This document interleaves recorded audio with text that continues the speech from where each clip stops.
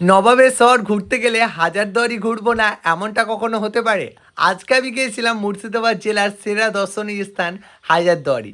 নবাব নাজিম হুমায়ুন যাহা তৈরি করান এই বিশাল প্রাসাদটি। আজকে আমরা হাজারদুয়ারি নিয়ে কথা বলবো। আজকে থাকছে বিস্তারিত হাজারদুয়ারির সম্বন্ধে। চলো ঘুরে আসি হাজারদুয়ারি সবাই মিলে। Hey guys, welcome back to my new blog. So guys, এখন চলে এসেছে হাজারদুয়ারি। তো মুর্শিদাবাদের সেরা পর্যটক স্থান হচ্ছে হাজারদুয়ারি। তো সেই হাজারদুয়ারি চলে এসেছি আমি এখন। তো দেখতে পাচ্ছ হাজারদুয়ারি চলে এসেছি।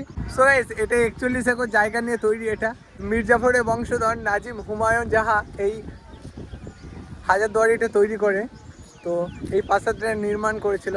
সো গাইস, যদিও 1000টি দরজা থাকলেও এখানে 900টা দরজা আসল, আর 100টি মানে চোরদেরকে বা আরও যে সমস্ত লোকরা আসতো তাদেরকে বিভ্রান্ত করার জন্য 100টা নকল দরজা তৈরি করা হয়েছিল। তো এখানে টোটাল 900টা আসল দরজা আছে আর 100টি হচ্ছে নকল দরজা। তো এই হাজারদুয়ারি প্রাসাদটিতে 114টি ঘর এবং 9টা গ্যালারি আছে। তো এখন ঢুকবো ভিতর দিয়ে, চলো। আর তোমাদেরকে সেই বাইরে থেকে দৃশ্যটা দেখাচ্ছি। এইগুলো জানা দরকার তোমাদের। তো এখন চলে এসছে হাজারদুয়ারির সামনে। বর্তমানে এই প্রাসাদটি এখন তো মিউজিয়ামে রূপান্তর হয়েছে। তো এটা এখন সরকারের আন্ডারে চলে গেছে। তো এটাই হচ্ছে হাজারদুয়ারি। খুব সুন্দর করে তোমাদেরকে দেখাই, এটাই হচ্ছে দেখার জায়গা। সো গাইজ, হাজারদুয়ারির ঠিক বিপরীতে আছে ইমামবাড়া। সো গাইজ, এখন আমি মিউজিয়ামের ভিতরে ঢুকবো। তো মিউজিয়ামের ভেতরটা ঢুকি, আর ক্যামেরা যেহেতু অ্যালাউ নেই, তো ঘুরে আসি কেমন হাজারদুয়ারির ভিতরটা, তারপরে বাইরেটা দেখাবো আবার ভালো করে। সো গাইজ, এখন হাজারদুয়ারি মিউজিয়াম ঘোরা কমপ্লিট।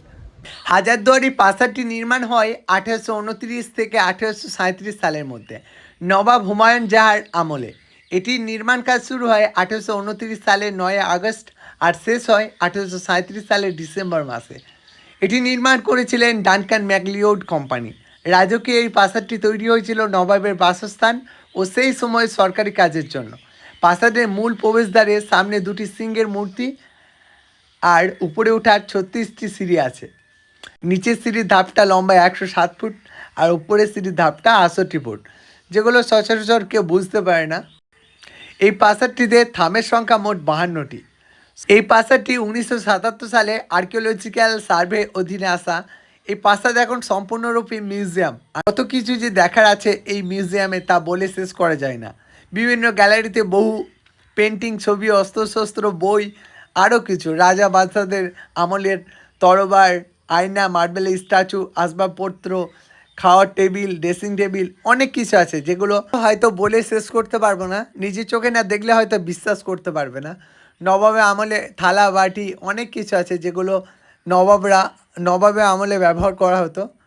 তো অনেক কিছু আছে, শুধু ক্যামেরা অ্যালাউ নেই।